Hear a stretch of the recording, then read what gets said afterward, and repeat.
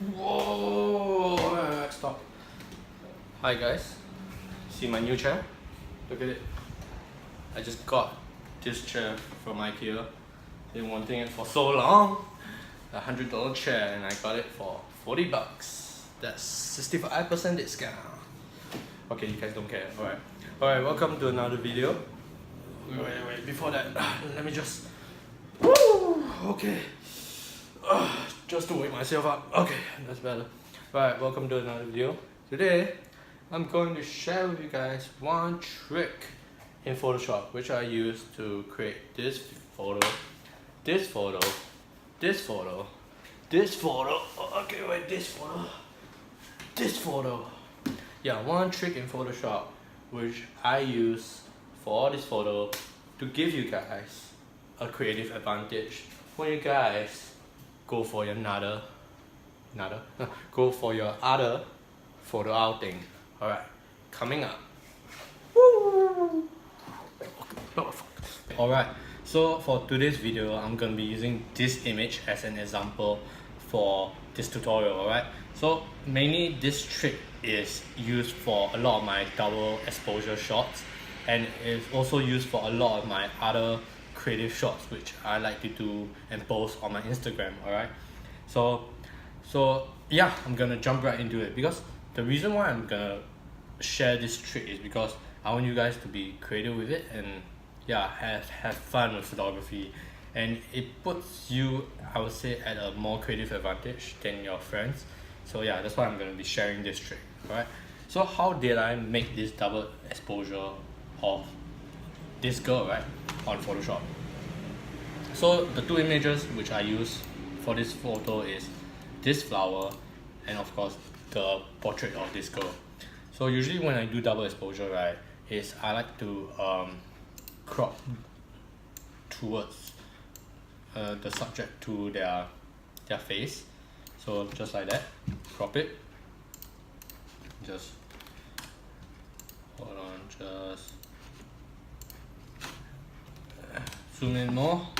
Then like that, you reach to the subject face. Alright, then you quickly choose the selection tool, which on our keyboard is W for shortcut. Decrease it. Then just select the subject itself. Alright, I'm not gonna be accurate with it. I'm just gonna give or take. But if you want to be accurate with it, this is a quick way which I do selection. But you go click quick select and mask, just to be a bit precise with it. Then I click this. Okay, once you reach this, then you click the minus sign, and you click the areas which you don't want. Alright, okay, that'll be all. Then you hide feather a bit, then click OK.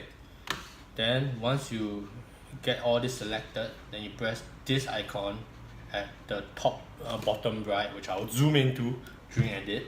So you click it, then you only get the picture of the girl, right? Then you see the background is pixelated. So what you do next is you click the solid color. Alright, then I select white to give the white background, and you drag it down so you have a white background behind the girl. Alright, so next what I do is I'm just gonna be showing this trick, so I won't be going overall on how I finish and end up having this double exposure picture of this double exposure girl. I'm gonna do that in my other video. Just put it down in my comments if you want to learn it. But yeah, I'm just gonna be teaching you guys this one trick, just the overall meaning of this tutorial, right? It's just to show you guys this one trick so that you guys can use it for all the other photos. Right, then you crop it down. Then you can't see the image of the girl, right? So you want to be precise with it. So you just, no problem, you just click opacity, drop the opacity around, go just like that. Alright, once you click done, once you're alright with the positioning, next you click the layer, top layer, then command or control if you're on Windows, command on MacBook, then you select the layer mask thumbnail, select it, release, the command, then you click the mask icon. Alright, then you'll end up with this, right? But you see it looks ugly, right? It looks ugly because the whole freaking flower is covering the picture of the model, right? So what you do is you select the mask, the brush tool, which is right here, the brush tool, or you can just keyboard shortcut D. You must select the topmost layer first, then B. Then after that, you must be on black, right? You must be on black. Then you brush off. Oh no, sorry about that. Okay, good that I make this mistake. So you don't select the topmost right image. You don't select the flower icon. You select the layer mask icon. Then you brush it off. Or if you select the top flower icon, you'll end up with this, which is so awful, and you don't want that. So you select this layer mask icon, then you brush off. Then you see the image at the back will come out.